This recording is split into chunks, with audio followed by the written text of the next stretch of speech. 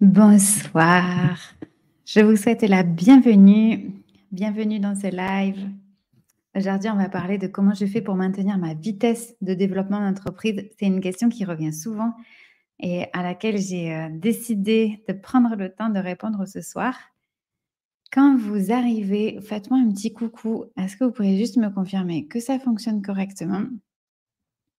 Comme ça, je vous accueille. Même si vous faites que passer, faites-moi un petit coucou.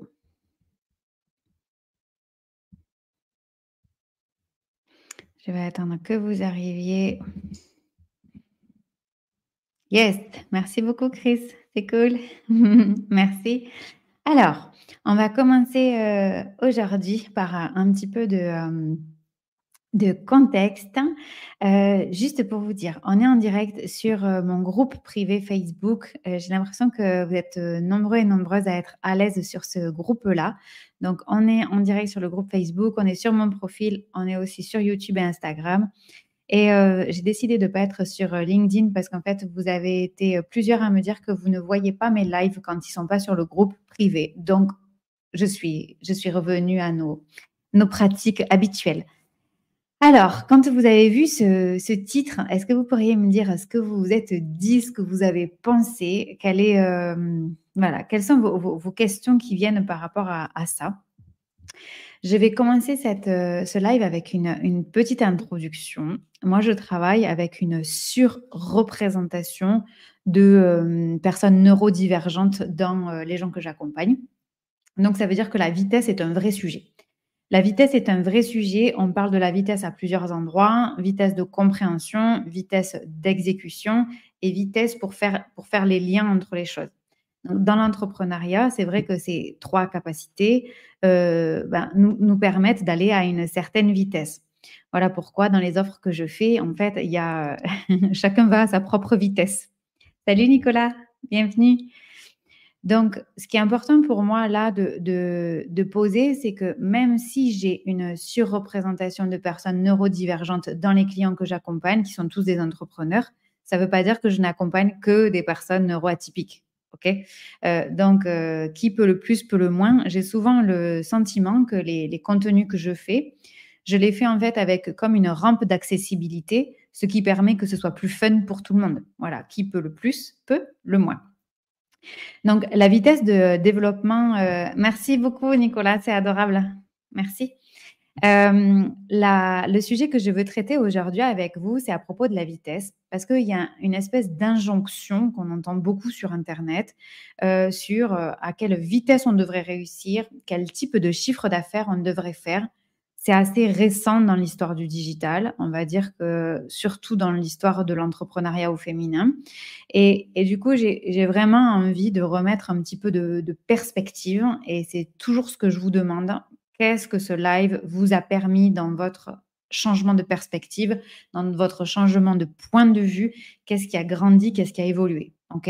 Donc là, on va mettre un peu de contexte. Moi, ça fait 11 ans que je travaille sur le digital dans mon entreprise et je n'ai travaillé que dans le digital de toute ma carrière professionnelle. Je vous laisse faire vos calculs. J'ai 40 ans cette année, donc ça commence à faire un petit moment. Et donc, par rapport à ça, vraiment, il y a eu depuis 2020-2021 un gros focus qui a été fait sur il faut faire du business vite. Et la vitesse, ça devient, il faut travailler vite. Il faut faire pas beaucoup d'heures, c'est un indicateur. Il faut développer son chiffre d'affaires vite. Il faut avoir un chiffre d'affaires mensuel. Donc ça, c'est des comparatifs qui nous viennent de l'extérieur. Et j'avais vraiment envie de commencer en introduction par revenir à l'intérieur de vous. Et peu importe votre rapport à la vitesse dans votre travail, c'est revenir à vous et vous demander vraiment si la vitesse à laquelle vous êtes en train de développer votre entreprise vous convient. Parce qu'en fait, on n'est pas tous obligés d'aller vite. Et en plus, on peut aller vite sur certains sujets et pas forcément sur d'autres. J'ai eu un très joli commentaire sur mon groupe privé d'une personne que j'apprécie, immensément et qui disait en fait de l'extérieur: «Ben, j'ai développé mon business, mais pas sur la partie forcément financière. Mais je suis allée dans la dernière année et demie à une vitesse incroyable sur d'autres plans, sur d'autres dimensions, sur d'autres sujets». Et ça, pour moi, c'est vraiment important qu'on en discute parce que en fait, la vitesse, il faut déjà la définir. Et du coup, il y a vraiment aussi une autre tendance, hein, beaucoup sur le digital qui est le slow entrepreneuriat, donc entreprendre de manière lente, dans le respect de soi, dans le respect des rythmes de vie, dans le respect de nos familles, dans le respect de la nature, dans le respect de nos cycles. On parlera aussi des cycles féminins et ça, c'est vraiment quelque chose que j'ai à cœur de partager avec vous. Donc, premier contexte, hein, quand on parle de vitesse, qu'est-ce que ça veut dire pour vous? Et ensuite, vitesse, est-ce que la vitesse à laquelle vous développez votre business aujourd'hui vous convient ou pas? Parce que ça peut aussi être trop rapide, ça va trop vite. Alors, il y a Lisa qui est là et qui dit: «Coucou Laetitia, mais tellement sur la question de la vitesse. Chacun son rythme en fonction des priorités qu'on choisit de se donner». Mais oui. Bonsoir Émilie, c'est cool que tu sois là, merci. Et ça, c'est important parce que en fait, souvent, on me dit: «Mais tu vas mais hyper vite» et c'est vrai que j'apprends vite, je capte vite, je passe à l'action vite. Parce que ça fait partie de ma personnalité et ça, peu importe le domaine. On va regarder, hop, c'est dans tous les domaines, donc ça m'appartient, OK? Mais après, c'est pas pour ça que je développe mon activité à cette certaine vitesse-là. Si ça ne me convient pas, je sais comment je vais réguler. Par exemple, il y a des moments où moi, je me trouve très lente et où ça me frustre. Donc là, ça veut dire quoi? Que la vitesse que moi, de moi à moi, je juge pas forcément adaptée, pertinente ou intéressante pour moi, beh, ça veut dire que je vais devoir la revoir. Mais vraiment faire la différence entre la vitesse qui est donnée par l'extérieur et celle qui vous convient à vous, sans maltraitance. Alors on peut dire avec respect, mais je préfère insister sur le sans maltraitance. Et et c'est un sujet capital. C'est un sujet capital dans l'expression de soi parce qu'on s'exprime de manière différente quand on sait qu'on a, le temps de le faire. Quand on sait qu'on est là pour ça, quand on utilise son entreprise comme un levier de révélation de soi et quand en fait, on est en train de vouloir démultiplier le chiffre d'affaires en permanence, en permanence, en permanence. Bonsoir Christelle, bienvenue. Et du coup, ces vitesses, j'ai envie que vous puissiez prendre le temps ce soir d'explorer différents domaines qui touchent à l'entrepreneuriat et qu'on analyse la vitesse à laquelle, pour vous, pour toi, personnellement, ça convient et quel sujet mériterait de ralentir ou au contraire de prendre plus de vitesse. Par exemple, il y a un petit peu des normes. Il y a un petit peu des normes en business. On dit: «Bon, si tu passes la troisième année, puis après si tu passes la cinquième année, puis si tu passes la septième année», il y a un petit peu des jalons. Puis après le digital est venu en disant: «Bon, bah, alors la norme, c'est 10 000 € par mois en chiffre d'affaires, en chiffre d'affaires». Ce qui veut rien dire, hein. Non, mais alors rien dire. C'est un indicateur de l'extérieur qui ne veut rien dire parce qu'en fait, le chiffre d'affaires, c'est une donnée. On ne connaît pas les charges, on ne connaît pas la rentabilité, on ne connaît rien une fois qu'on a le chiffre d'affaires. Et on peut avoir, moi j'ai avec une cliente, on a quasiment le même chiffre d'affaires chaque année et depuis des années, on est vraiment au même niveau de chiffre d'affaires, mais on n'a pas du tout la même façon de vivre. Pas du tout. Elle délègue certaines choses, moi non. Elle a des charges de fonctionnement, sur un lieu physique que moi j'ai pas. Elle ne s'occupe pas de sa compta, moi oui. Qu'est-ce qui est mieux? Qu'est-ce qui est moins bien? On s'en fiche. Mais en tout cas, ce qui pose la question, c'est que le développement de chiffre d'affaires ne peut pas être l'indicateur unique de développement d'entreprise. C'est pas possible. C'est pas possible. En fait, ça se conjugue avec autre chose. Et et par exemple, pour moi, l'état de santé de l'entrepreneur est une donnée extrêmement importante si on veut aller vite. Salut Delphine. Donc ça peut aussi vous poser la question, quel est votre état de santé?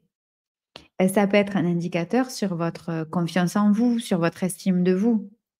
Si par exemple, vous, votre gros délire, c'est, de faire du sport, de faire la danse, de faire du chant, de faire de la poterie, ou bien de faire du vélo ou de développer, une association ou une fondation,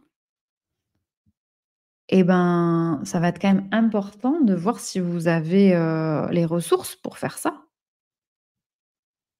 Parce que moi, les entrepreneurs que j'accompagne, et du coup, si tu regardes ce live, c'est que tu dois être touché par ça aussi. C'est des gens qui sont là pour du long terme. Ils sont pas là pour faire ce qu'on appelle du fast cash, c'est-à-dire, bah, pendant 2 3 ans, je tire tout le cash qu'il peut y avoir, puis après je disparais, je m'en fous.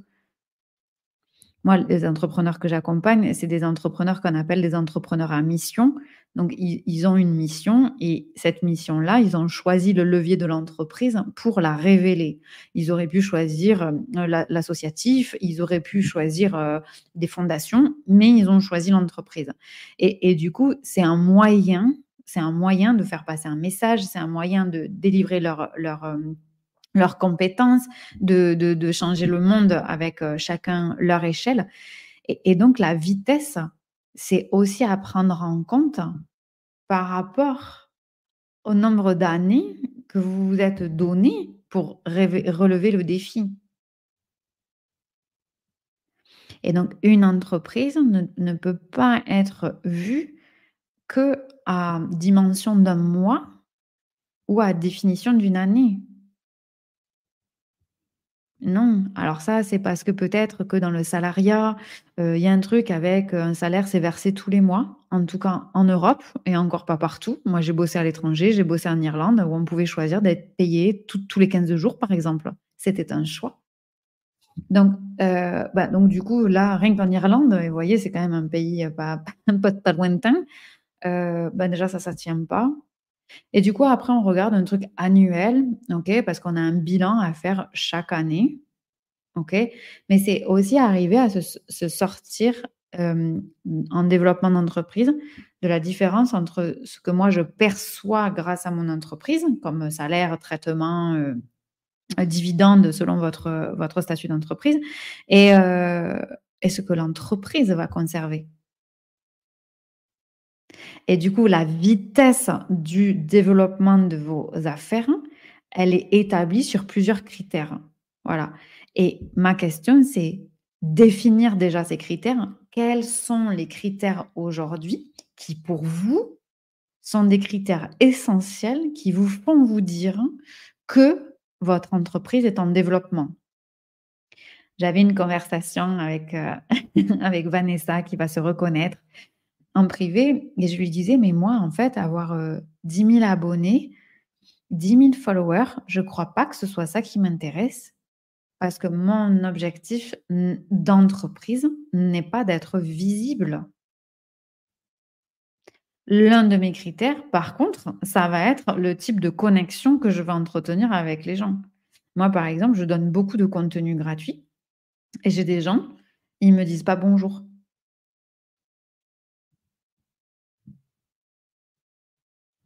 «Mais elle était où ta maman? Qu'est-ce qu'elle t'a appris?» OK, on est des adultes. Ça viendrait pas à l'idée d'être au marché et d'aller se servir du saucisson sans dire bonjour au charcutier qui tient le stand là. Et du coup, bah, ce genre de personne, moi, c'est immédiat, ça dégage. Je suis pas là pour ça. Salut Ingrid! Et ça, pour moi, c'est vraiment important qu'on le pose, parce que moi, quand j'ai eu à des moments un afflux de gens comme ça, Alors pour moi, vitesse de développement d'entreprise, on n'était pas du tout bon, quoi. Zéro là, zéro. Moi, j'entretiens des conversations avec, des gens qui sont là pour bosser, pour faire du business. Alors avec moi ou pas avec moi, j'allais dire: «On s'en fout». Non, je m'en fous pas, mais on est là pour travailler business. Salut Alexandra!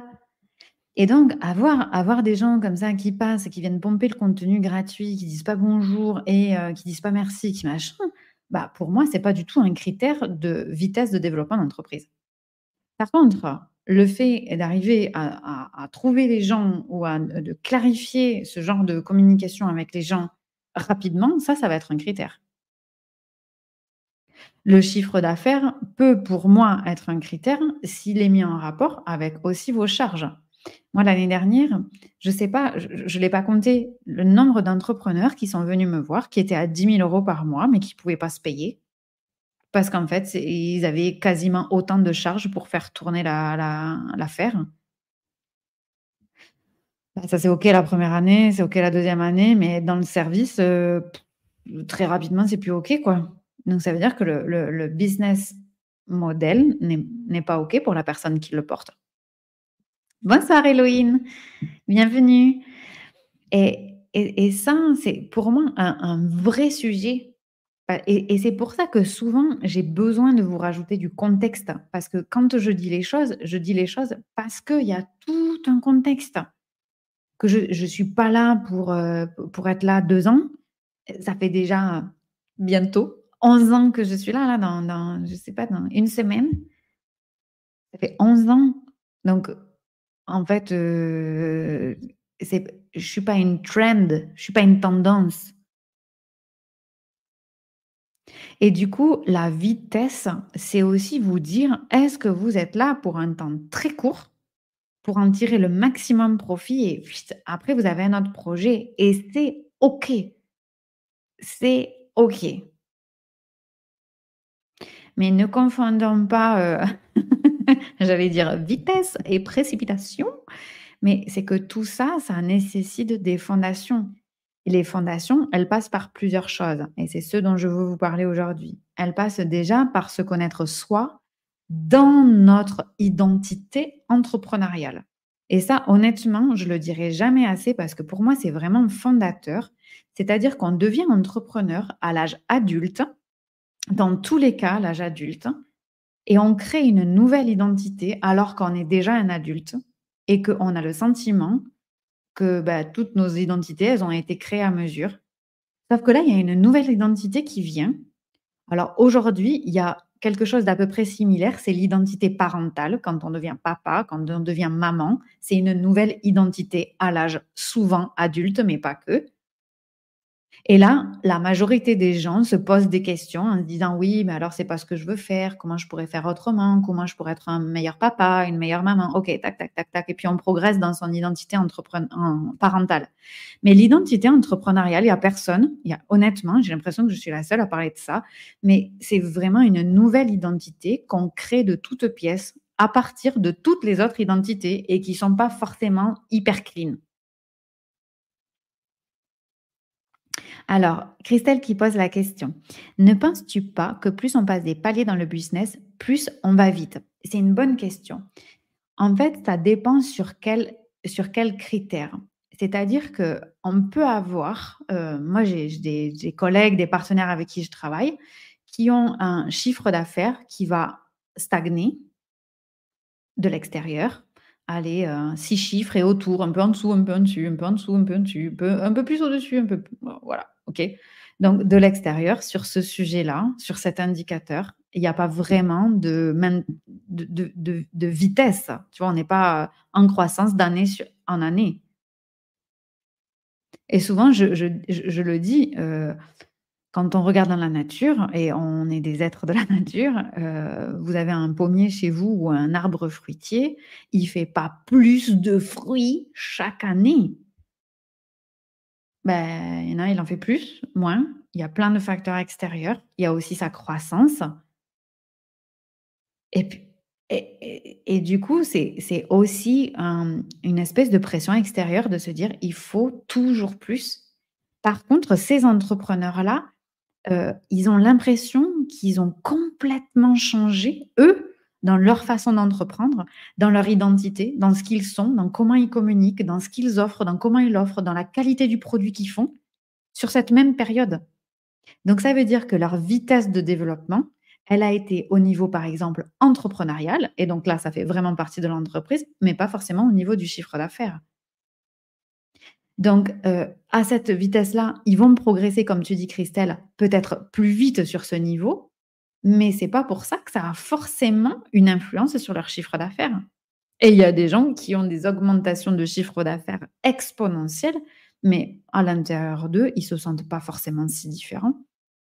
Ça peut être une bonne idée, le bon produit au bon moment, ça peut être un business model avec un brevet sur un produit, ça peut être une invention, ça peut être un bureau d'études, ça peut être technique, ça peut être aussi une opportunité marché, ça peut être un coup de com, ça peut être une super pub, ça peut être un truc viral. Il y a tellement de choses qui peuvent se passer.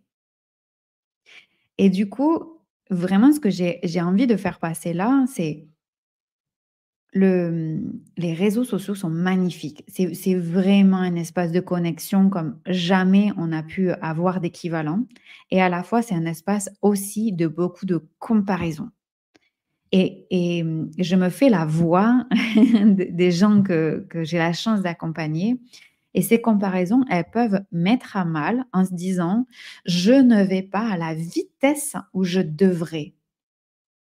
Et mon live aujourd'hui, c'est de vous demander si vous habitiez dans une dans une cabane sur une île avec personne d'autre, est-ce que la vitesse à laquelle vous allez vous convient? Oui ou non? Parce que moi, j'ai aussi des collègues qui trouvent que ça va trop vite.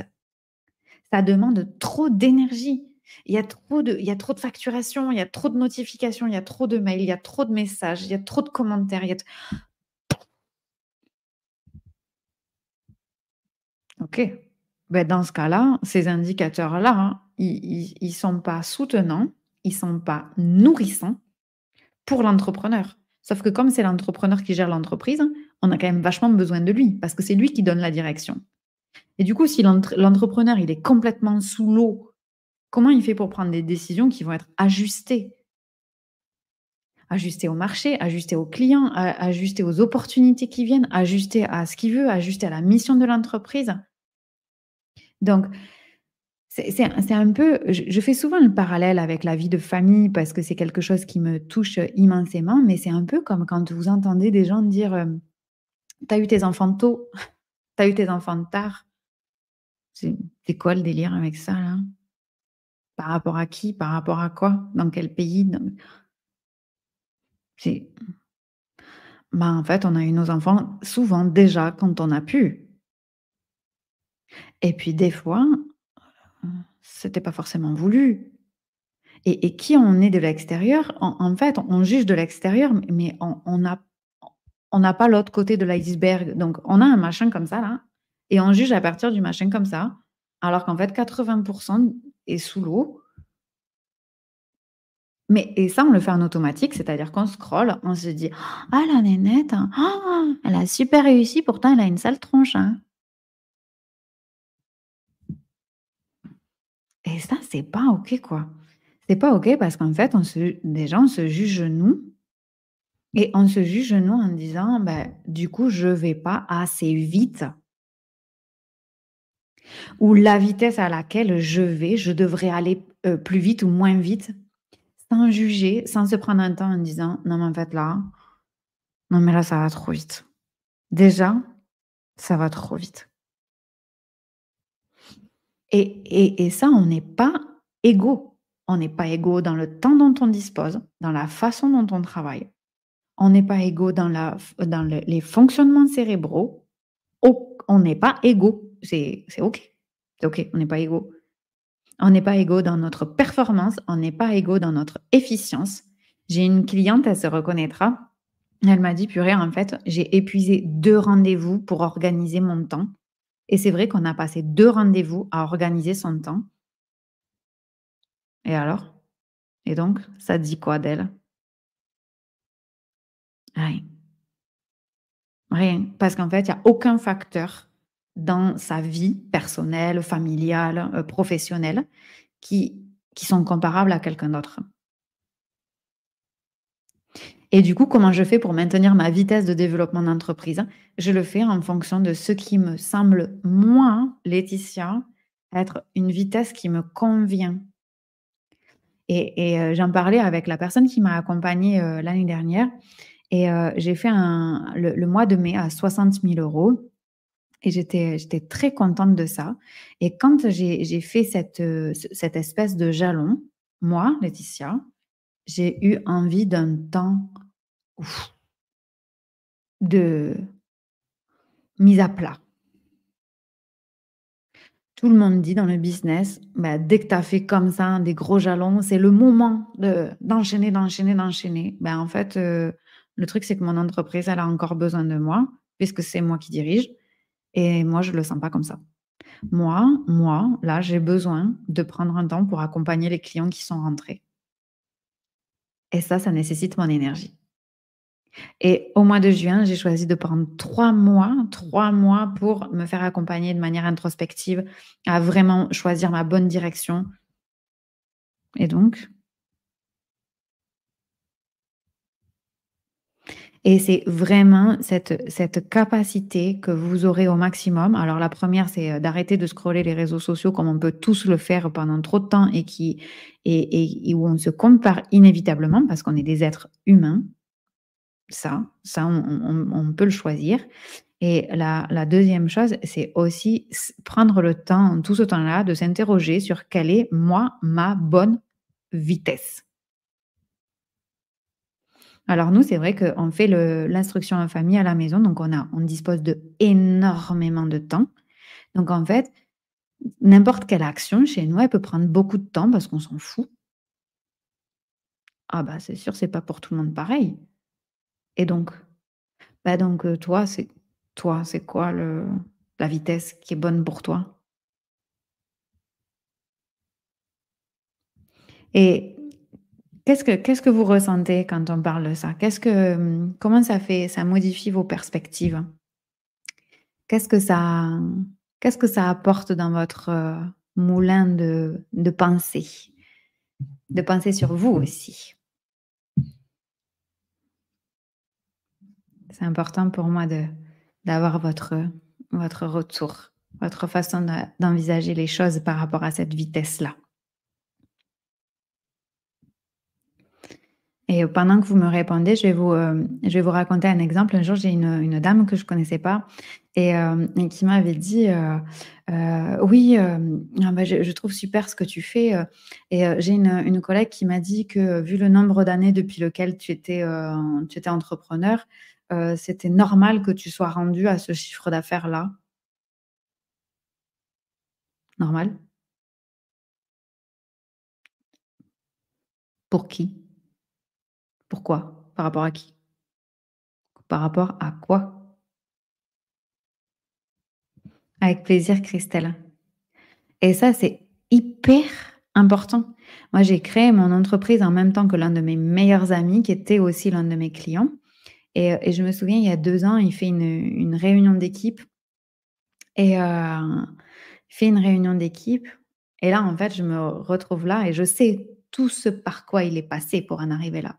Et le fait de voir, c'est la douzaine de salariés qu'il y avait là, qui étaient présents, c'était en plus pour les fêtes de fin d'année qui sont particulièrement importantes pour lui. Voilà, on était tous là et je me souviens l'avoir pris dans mes bras et lui avoir dit: «Mais je sais par quoi tu es passé».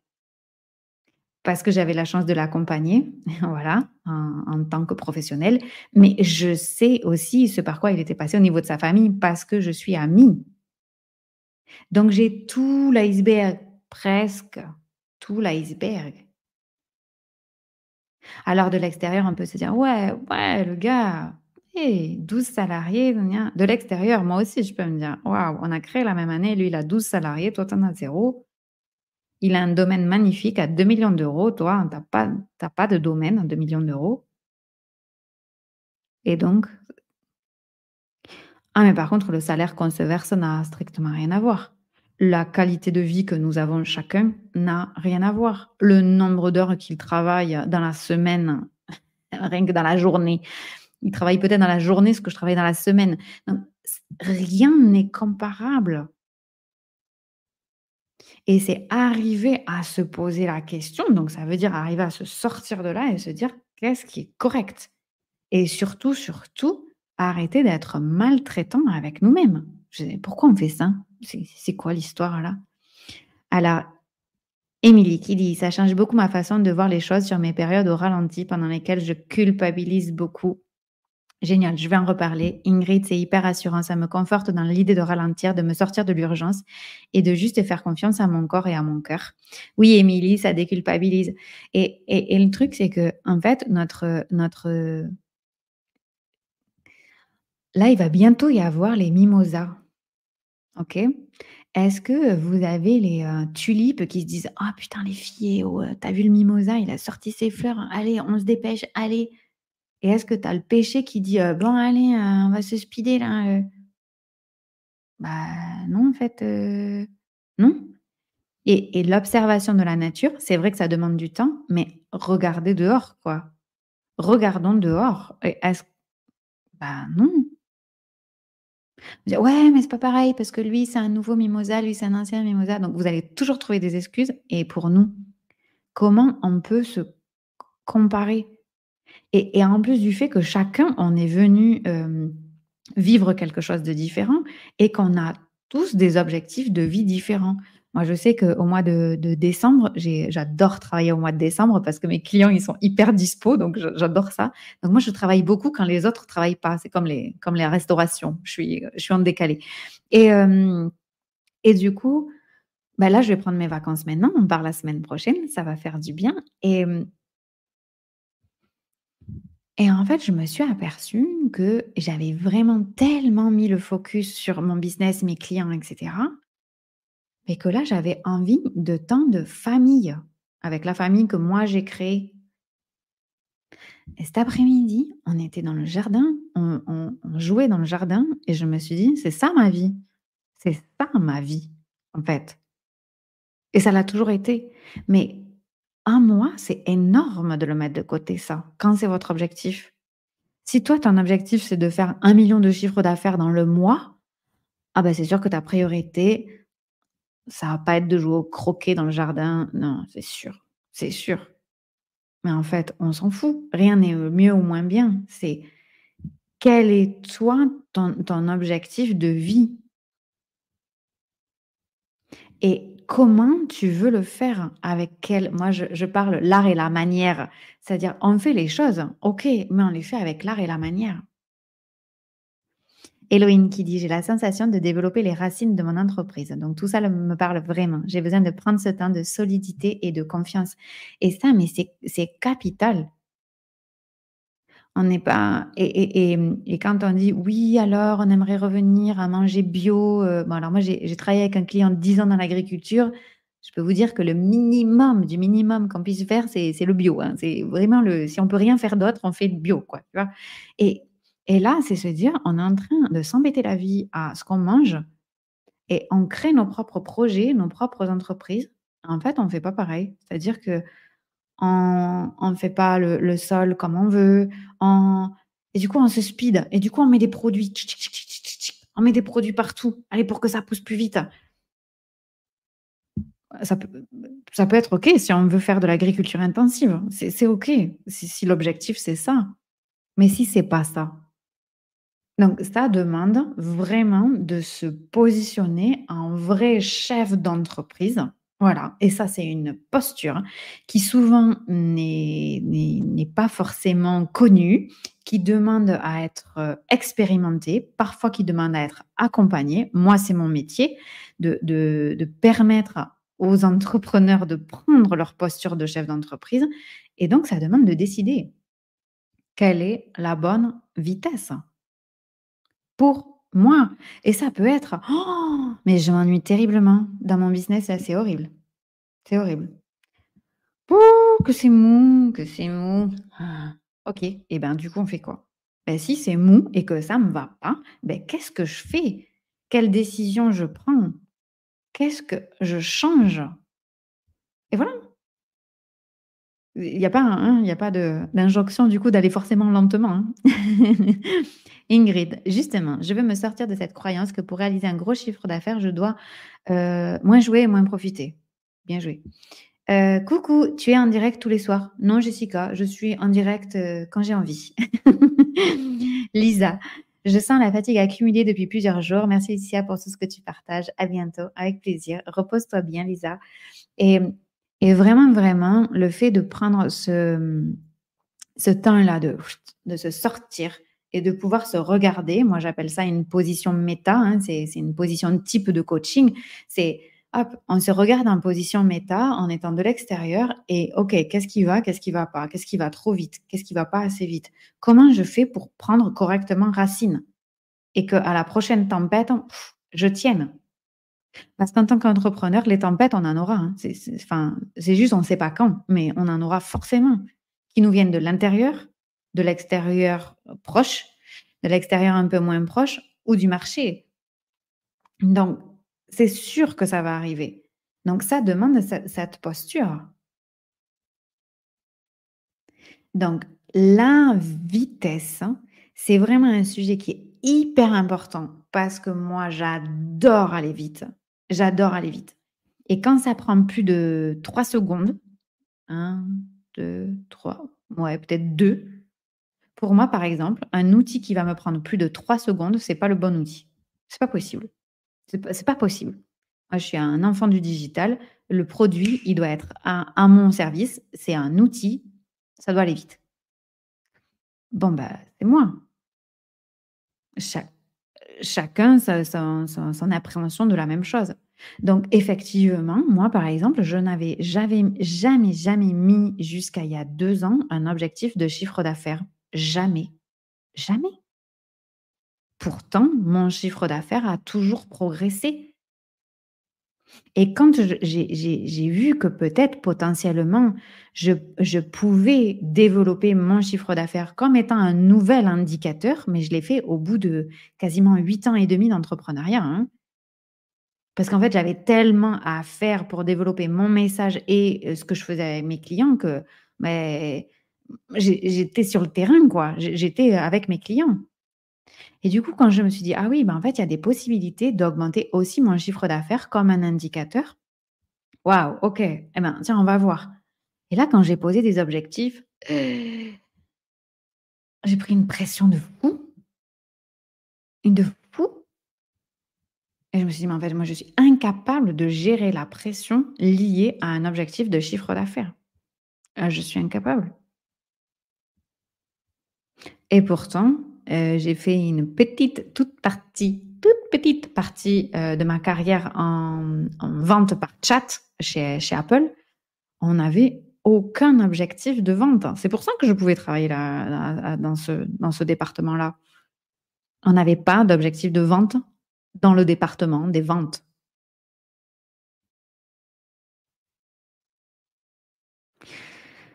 Alors certes, Apple a ses torts et cetera, hein, il ne faut pas croire que ça marche par hasard, enfin, c'est une autre discussion.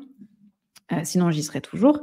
Mais cela dit, ça laisse à penser que chaque entreprise va pouvoir insuffler quelque chose de différent. Moi, j'ai jamais travaillé dans une entreprise où dans le département des ventes, il n'y avait pas d'objectif de vente à part chez Apple. Et du coup, ben, ça fait partie aussi de moi de me dire: «Ben, c'est pas quelque chose que je connais». Donc là, ça peut être une question aujourd'hui de me dire: «OK, est-ce que c'est ça que je veux? Est-ce que je veux développer cette capacité à supporter la pression d'un objectif de chiffre d'affaires? Oui ou non? Oui, je peux. Non, je peux pas. Oui, je le délègue. Non, je le garde». Et tout est correct. Mais par contre, ça vient d'un choix et ça vient d'un choix ambitieux.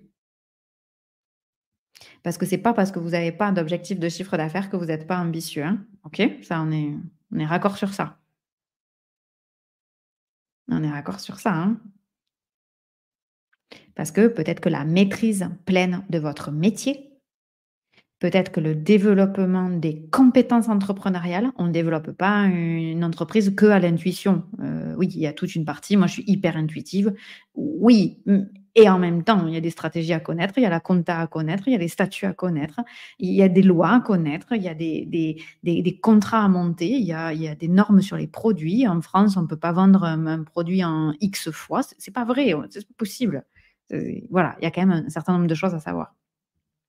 Émilie qui dit: «Purée, la pression du chiffre d'affaires. Les premiers rendez-vous que j'ai eus pour m'aider à monter mon entreprise. La première question, c'est: quel chiffre d'affaires avez-vous prévu la première année, la deuxième, la troisième?» Et j'en sais rien. Alors moi, Émilie, j'ai eu cette même question quand on s'est rencontrés, Émilie. Donc, il y a exactement 11 ans. Ça fait 11 ans qu'on s'est rencontrés. Et je me souviens, j'avais eu cette question et donc il fallait montrer un prévisionnel avec année 1, année 2, année 3. Et alors, vous allez sourire, mais comme moi, j'ai fait des longues études, c'était attendu, c'était normal que j'ai un chiffre d'affaires élevé. Alors, alors déjà, c'est quoi le lien? Mais donc ça fait partie des normes. C'est comme la vitesse, ça. C'est comme les enfants, on les a à tel âge. OK. Bon, c'était une norme. Et donc, je me souviens que je remplissais ce tableau et je me disais: «Mais je suis incapable de faire ça». Et surtout, je me disais: «Quand est-ce que je vais avoir du temps toute seule?» J'avais pas d'enfant ni rien, mais c'était en fait, pour développer ce chiffre d'affaires, il va falloir que je travaille toute la journée. Je veux dire, maintenant vous me connaissez, hein, vous savez que moi c'est pas je suis pas capable de faire ça. Et du coup, je me souviens, j'avais appelé mon père, gros soutien dans mon développement d'entreprise. J'avais appelé mon père et je lui avais dit: «Ben voilà», et là, j'étais au fond du gouffre et je lui avais dit: «Mon business model, il tient pas. Mon business model ne tient pas, je peux pas faire ça». Il m'avait dit: «Écoute ma chérie, tu sais ce que tu vas faire? Tu as ton ordinateur là? Oui. Tu as ton fichier Excel qui est ouvert? Oui.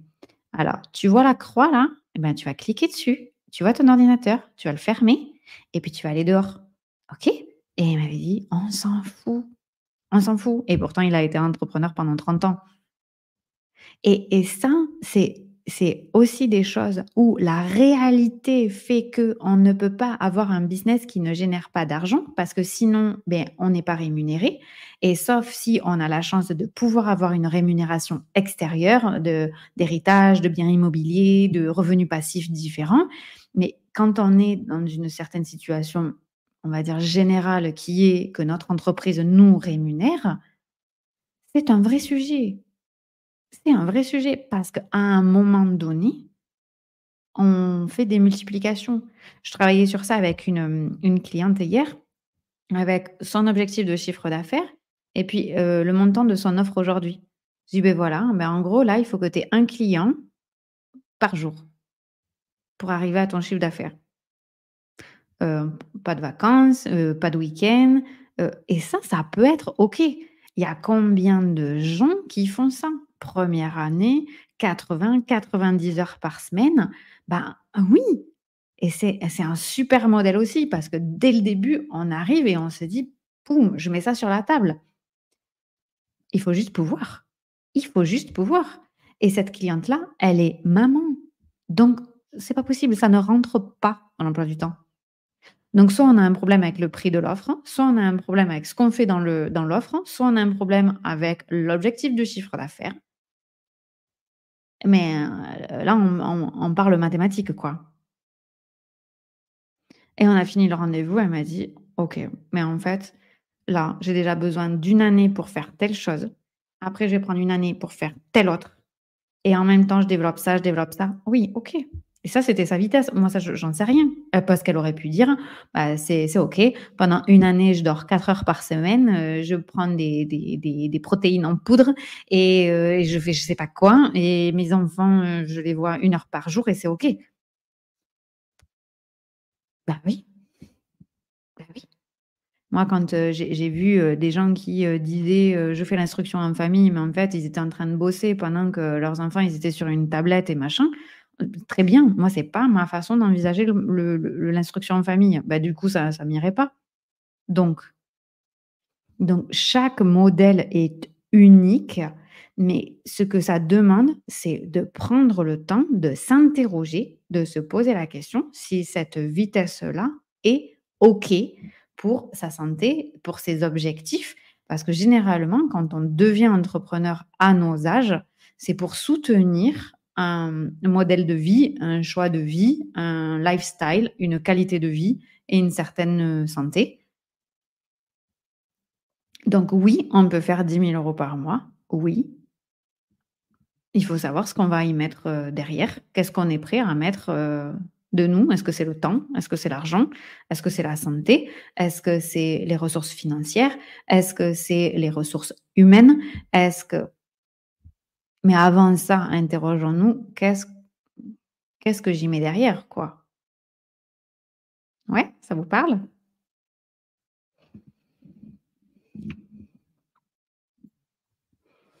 Dites-moi comment ça peut vous parler? Surtout, hein, Émilie, par rapport à ce qu'on dit sur la culpabilité, tu sais, il y a une phrase jolie que j'oublie tout le temps, mais qui dit, qu'en fait, il y a jamais personne qui est déjà passé par notre chemin, qui viendra nous dire, quoi que ce soit. C'est les gens qui ont pas fait le chemin, hein, qui viendront critiquer. Donc ils viendront nous dire que c'est pas assez ceci, que c'est pas assez cela. Mais ceux qui ont fait le chemin, ils savent. Ils savent. Donc, si vous n'êtes pas forcément à l'aise avec le fait d'en parler en public, n'hésitez pas aussi à m'en parler, en privé, à me dire, qu'est-ce que ça vous a fait, changer comme perspective? Qu'est-ce que vous avez vu autrement? Moi, je suis là pour apporter la lumière sur un petit peu des choses que je vois et que j'observe de l'extérieur et qui peuvent être, dans l'entrepreneuriat, puisque c'est mon sujet de prédilection, maltraitant. Et comme moi, je suis là pour apporter vitalité et intuition, ben, dès qu'on se maltraite, ben, forcément, notre vitalité diminue. Et je ne veux pas dire j'ai fait ce chemin, je suis madame parfaite et j'ai tout réussi, machin. Non, je veux dire je suis en chemin et c'est parce que je suis en chemin que je peux justement en parler. Hein, pour moi, c'est hyper important. Il n'y a pas de euh, j'ai été dans la jungle, je reviens, je sais, je vous apporte, tout ce que je sais sur la jungle. Non, c'est en gros, je vous vois au loin marcher dans la jungle à côté de moi. Moi aussi, je marche dans la jungle et je vous dis que sur mon chemin, j'ai rencontré ça, donc c'est pas la peine que vous preniez les pieds là-dedans si jamais vous rencontrez la même chose. Voilà. Avec plaisir d'échanger sur ces sujets de fond qui me semblent, essentiels.